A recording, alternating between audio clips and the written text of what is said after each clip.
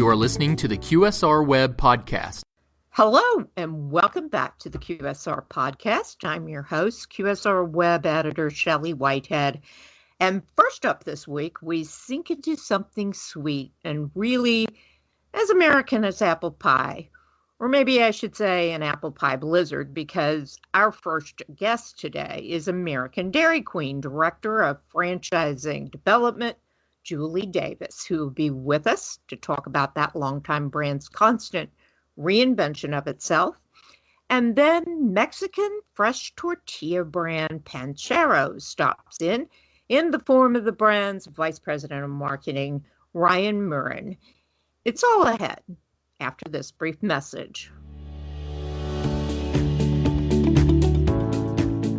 Are you a supplier or a brand working to elevate the customer experience? The Interactive Customer Experience Association connects brands, suppliers, agencies, and more who are working to create transcendent customer experiences. Let's work together to create a better customer experience ecosystem for us all. Join the ICX Association today at icxa.org. With more than 7,000 locations worldwide, including the 2,000 here in the U.S. and Canada, and a hefty 50% of its annual sales attributed to its ice cream concoctions, longtime Dairy Queen brand has come to be depended on for creamy and chilled relief around the U.S. for decades. In small and large towns, it's also the summer hangout and place to see and be seen, lending itself well to the brand's $4.5 billion global sales last year. And with us today is the woman in charge of how this brand develops and grows here in the U.S., American Dairy Queen Franchise Development Director, Julie Davis. Welcome, Julie. Thank you, Shelley. Let's just start off with a good description of who/what you feel American Dairy Queen is now as a QSR brand. Well, as you mentioned, Dairy Queen is a brand that's nearly 80 years old. However, our restaurant and products continue to resonate with fans, and no matter what their age, truly have something for everyone. Our goal as a company is to strive to be the world's favorite quick service restaurant brand. Also, as you mentioned, we have more than 7,000 locations in the United States, Canada, and 24 other countries around the globe. We are also very proud to be a part of the Berkshire Hathaway family, which is led by Warren Buffett, the legendary investor and CEO of Berkshire. We have been a member of the Berkshire family since 1998. We are a thriving, nearly 100% franchise system. We only have 2 corporately owned stores that are near our headquarters in Minneapolis, Minnesota. And we are still relevant today as it was back when Grandpa McCullough began franchising Dairy Queen locations nearly 80 years ago. For all these reasons and more, our iconic brand continues to attract top quality franchisees who are expanding our presence around the world. So, Grandpa McCullough, huh? He's everybody's grandpa now, I guess.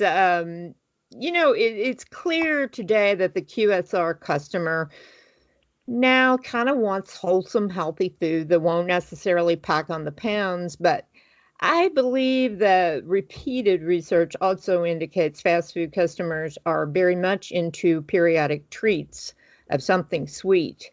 So how is DQ changing to address QSR customer needs today on both points? Yeah, no, great subject. It comes up quite a bit. There's still a tremendous emphasis on value, quality, and innovation in the QSR industry. And innovation is at the core of what we do. It's absolutely critical in our business, so that is what we are continuously focused on, from a development standpoint on products to development of locations. As Troy Bader mentioned, for Dairy Queen, it's evolutionary, not revolutionary, right? We're interested in adapting to consumers' habits over time and pursuing trends that are appropriate for our brand. Sometimes you just can't be everything to everybody. Right now, the biggest opportunity is in our food, our chicken strips, our burger, and our other products. That's why we're focused from a development standpoint on growing with our DQ grill and chill model and moving past the treat-only type of locations or mentality. We've been mixing up our menu a bit to cater to those who may be counting calories. Our low-fat and low-sugar orange vanilla bar, which is Warren Buffett's favorite, has quickly become a favorite of many of our customers. We've also have our mini blizzard, so it's reduced the size, so of course with more of a focus on calorie count. And then we also offer our grilled chicken sandwiches and salads, which are pretty popular as well. Despite our name, one change we may explore that we're currently testing is desserts for people who avoid dairy. That's a big segment of the community anymore. And so we're currently testing treats made from soy, almond, and coconut milk. That's good news for this particular reporter because I am, as they used to say, lactose intolerant, so can't digest that milk sugar. And there are a lot of people like me these days, aren't there? Absolutely. And, as a mom and a Dairy Queen fan myself and taking our family, we have one that doesn't get to participate. So that's always a difficult reward for our family when not everybody gets to participate. So yes, you just as a consumer as well. So I resonate. It resonates with our household. It really is a responsive industry all around, quick service and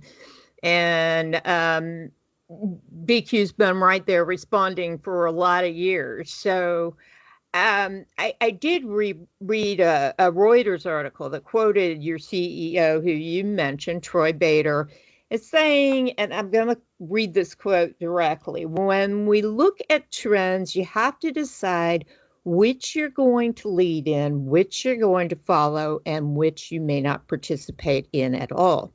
So I'm wondering, with that notion in mind, tell me, what is DQ trying to lead the pack in while choosing to perhaps follow or not necessarily lead with in the QSR sector now? Sure, and Troy is such a great speaker. He's so eloquent, and he can really deliver so much about our brand with such passion. And that's one of the things that's really, I think, very unique to Dairy Queen is just the passion around it. We want to be the leader in serving the best, most flavorful, and quality products available to our fans. Since 1985, we've blended in the best mix-ins into soft serve to create our iconic Blizzard treat. And since 1985, we've created more than 200 different Blizzards. I know, it's pretty crazy. We're heading into summer, and with that, we have a blockbuster new treat menu, a summer Blizzard menu, and then a surprise pop culture Blizzard that is going to be out of this world. The summer Blizzard menu features the new Oreo cookie jar, caramel cannonball and brownie dough, and fan favorites cotton candy, summer berry cheesecake, and s'mores. Our Blizzard treats are made to order and so thick that they're served upside down, right? So we've just introduced 4 new sundae toppings as well. So rich cocoa chunks, smooth midnight fudge, sweet praline pieces, and summer berry. And we've also added a new orange and creamy dreamsicle dip to complement our already chocolate dip for our cones. So we're always looking at innovating and wanting to lead the industry in treat creations. Our new summer menu also includes cup sections, which are handcrafted, over-the-top type of sundae experiences. They're blended to order with unique cake shakes garnished within the high-quality topping. So it's definitely something folks need to try. On the food side of the menu, this year we gave our popular chicken strips a sweet new twist with the launch of a new crave-worthy chicken and waffles basket, which performed extremely well for all of our operators. So we take from the industry and incorporate some of those ideas to enhance our already wonderful offerings from food and what have you. And like all aspects of our menu and consumer trends, we're always keeping an eye on the popularity of a variety of our menu items. So there are a number of variables that we gauge prior to ensuring menu items are appropriate for Dairy Queen and that they will appeal to our operators and our fans. So at the moment, we are really focused on the quality of our current products, including our chicken strips, which are very popular with our fans. And we'll continue to gauge the pulse of the industry, our fans, and Dairy Queen operators on various menu trends, and we'll always have to evolve our menu as appropriate for the business. So how does the franchisee and his or her feedback figure into the decisions you make about menu items and the decisions you make about, day-to-day operations? How does that help with overall brand growth in the U.S.? It's funny because they're our franchisees. They should have, the most input, right? So as a brand that's growth, whose growth is 100% dependent and reliant on our franchisees growing their operations, we're very dialed in with our franchisees. We have franchise advisory councils to foster that communication between our franchise group and our leadership team. These advisory groups are involved in discussions regarding every aspect of our company, from marketing and operations to technology to menu development. We have to, as a franchisor, prioritize our franchisees' success and their feedback. They're in there doing this every day. And some of our best ideas come from the franchisees, either through these councils or through, their business consultants who are working alongside them in their markets every day to help our franchisees enhance their businesses. So it's a very collaborative relationship with, again, nearly being a 100% franchised organization. Their voices are very powerful and very important. I'm wondering then, from the franchisees, what you're hearing about the overall need for technology, which seems to be just so much more increasingly important in QSR operation. So what they're saying about their need for technology with DQ customers today and how you're addressing that organizationally. Sure. Well, it goes into everything. So, the restaurants that we're going to build this year are going to be here for 20 years. So we have to make sure that they are going to be able to service our customers as that technology transforms over the next, 15, 20, forever. Technology is always transforming. 10 years ago when somebody introduced the idea of using a kiosk as an order point, everybody thought that was just the most insane thing, right? And so Today, our franchisees are so much more sophisticated and the business is so much more sophisticated in the sense that you're utilizing that technology. You need that for your reporting. You need it to understand how to manage your business better. And so they're right alongside with us when we're looking at new restaurant design. What do we need to evolve to handle a different type of technology platform, whether it's the creation of our DQ app, which received more than 2 million downloads in like the first year it was created. You have to be able to provide those technology points so that our restaurants stay as relevantly connected to our customers and how our customers today choose to use restaurants. And so usually that's going to create some type of evolution with the technology. Do you think, and this is kind of unfair for me to ask, but I'm just going to ask it anyway, are the franchisees pushing the organization technology-wise, or is the organization pushing the franchisees? I will have to say, I think that the brand is really the one that's driving the innovation on the technology side. We have some franchisees that just celebrated their 65th anniversary being franchisees, Wow. right? And so we have a system of legacy franchisees who, may not need or understand or have the knowledge of embracing that new technology.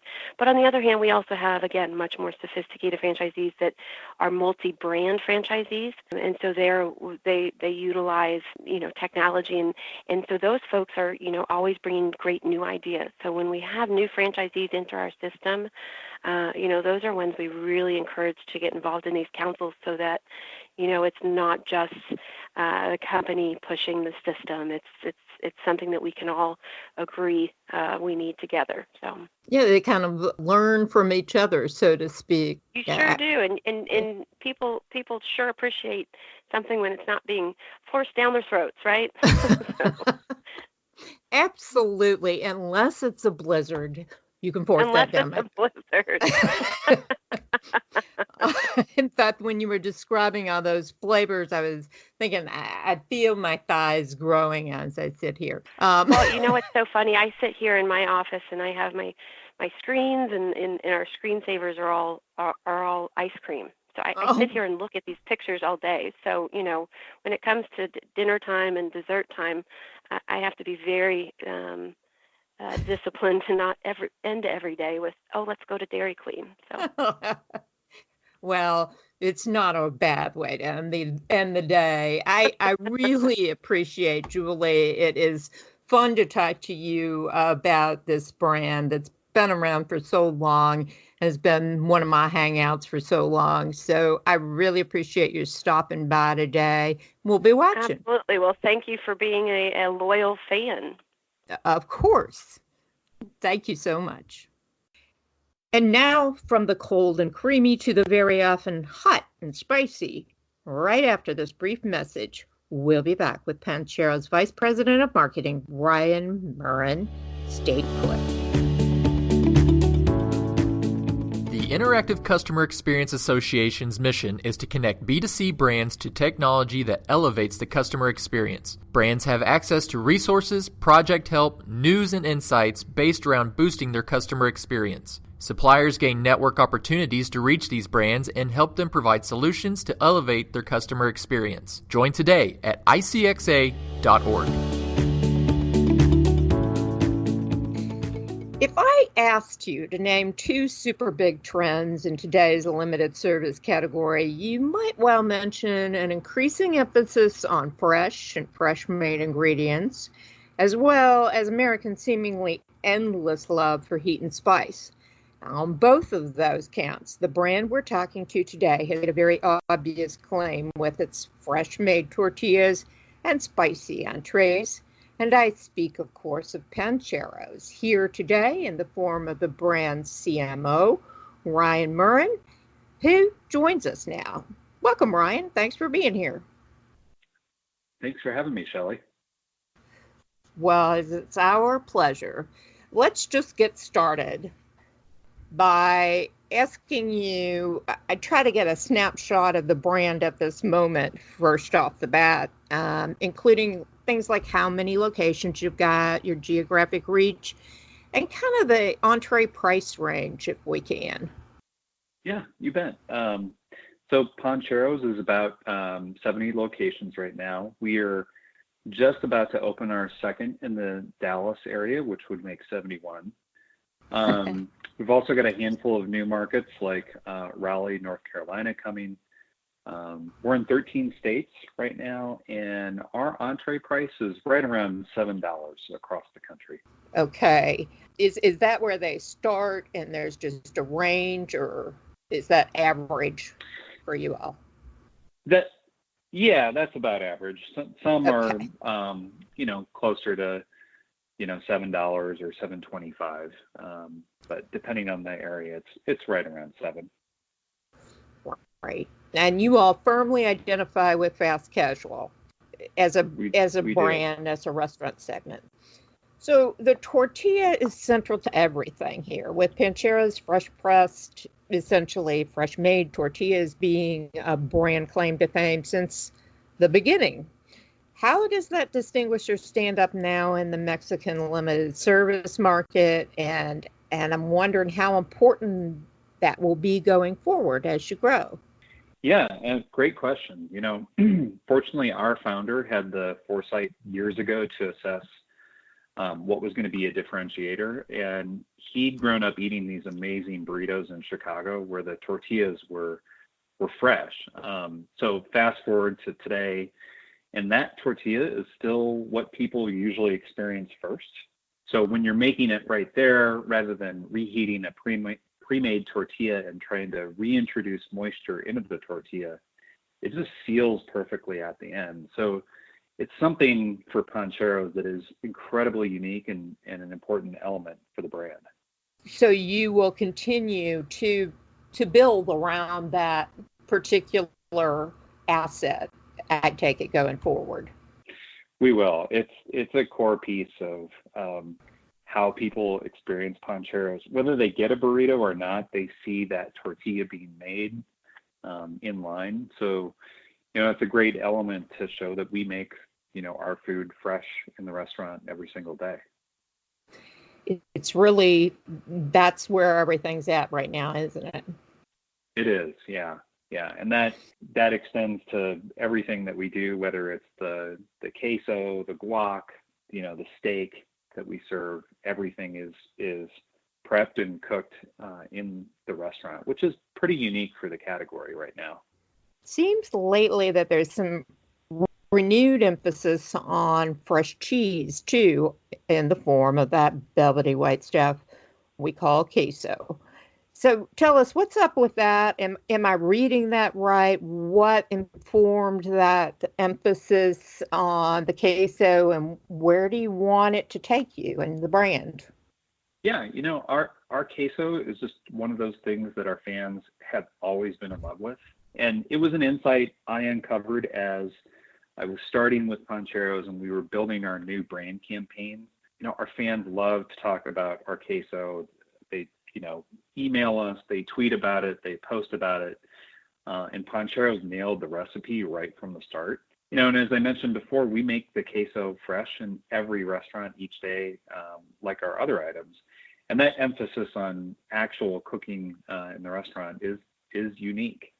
What would you say if you had to describe why this queso, in your view? Now, this is your time to tweak your brand here, but what is it that makes the queso there so special? We talked about the moisture and sealing it in with the tortillas. What about the queso? Yeah, I'm going to borrow some lines from our new advertising campaign, but the way that we were looking at it was it's melty, it's perfectly spicy, it's got great flavor. It's something that when you think of the quintessential queso, it checks all of those boxes. So, and it's good on its own with a chip or inside a burrito or on a bowl.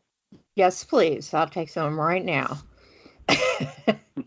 You all built a lot of your original growth around the idea that college towns would be accelerators for the brand.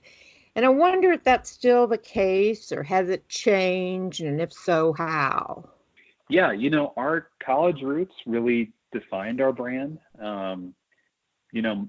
Speaking personally, my first year of college at the University of Iowa was Pancheros' first year. And I still remember that first experience, and probably was one of Pancheros' top customers in those first 4 years.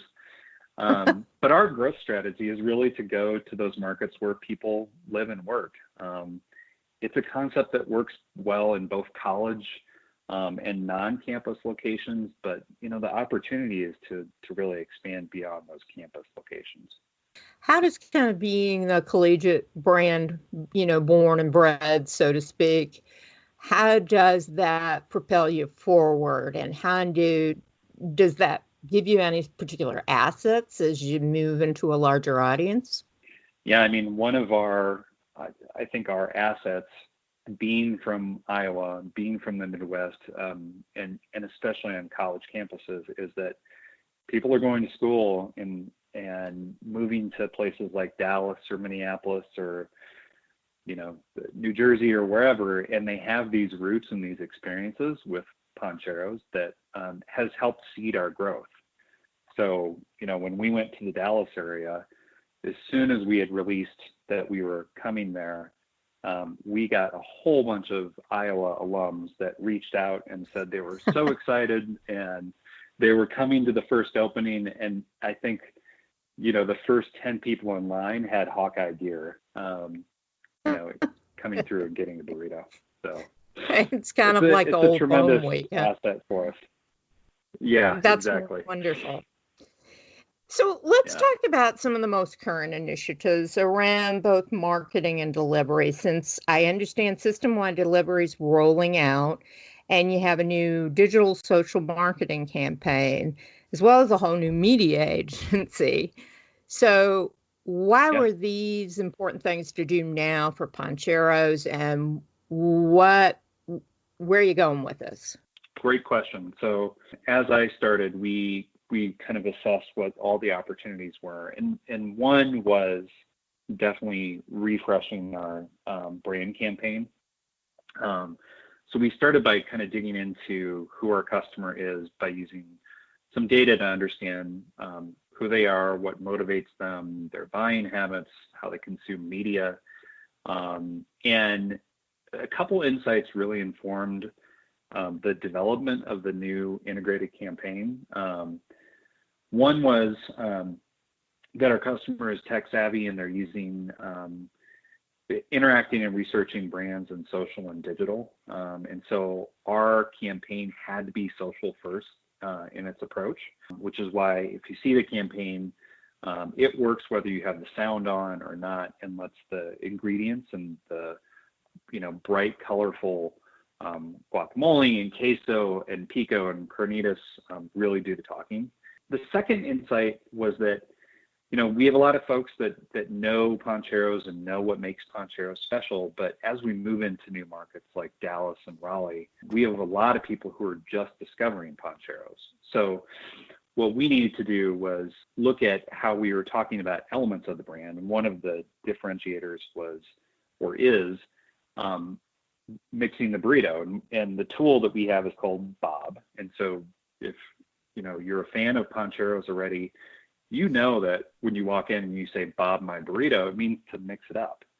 But for new customers, they don't know that, and the benefit of mixing everything at the end is you get that perfect bite at the end with the pico and carnitas and queso all mixed together rather than a bite full of sour cream. So you'll see in some of our brand campaign that we've kind of reoriented to focus on the benefit rather than the tactics. And then, as you mentioned, we hired a new media agency. We brought them together with our creative partner, our PR team, and right off the bat established an integrated planning process so that we had a campaign that was activated across creative and media and own channels, earned channels, and paid channels, so that wherever you're seeing it, it had the same consistent tone, voice, and message. And that's important for us because we're still a small brand, and leaning into social and digital first ensures that our marketing dollars, our franchisees' marketing dollars, are being spent on the right customer in the right location at the right time. So if you had to describe, you said tone, voice, and message, kind of like the personality. How would you describe Pancheros' personality to, if Pancheros was a guy or a gal and you were introducing him to a friend, how would you do that? It's a great question. It's not very fair of me. No, it's fine. It's clever, sometimes a little coy. It's okay for us to hint at things where people are in on an inside joke. It's simple, so simplicity is at the core of everything that we do, whether it's the operations, the experience in the restaurant, the experience in digital and social. We want to make sure that we don't get in the way of people getting what they want. So it's fun, clever, intelligent, but not preachy. I like that. It does kind of nail it, and it kind of makes you want to get to know Pancheros. I really appreciate it, Ryan. I think it's an interesting brand, and like one of the things she was saying was the focus on simplicity. It does seem like you've kind of stripped it down to the bare essentials as to what really matters.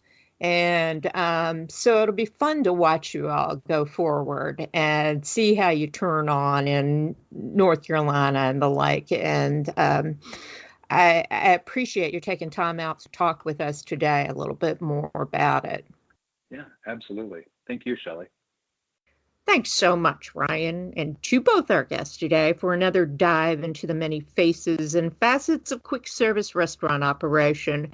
And just a reminder to come right back next Friday when KFC US CEO Kevin Hochman joins the conversation to talk chicken, along with restaurant tech provider Chowly, with the latest on developments in that rapidly changing field. Until then, I wish you a great weekend and even better business in the week ahead. Bye, all.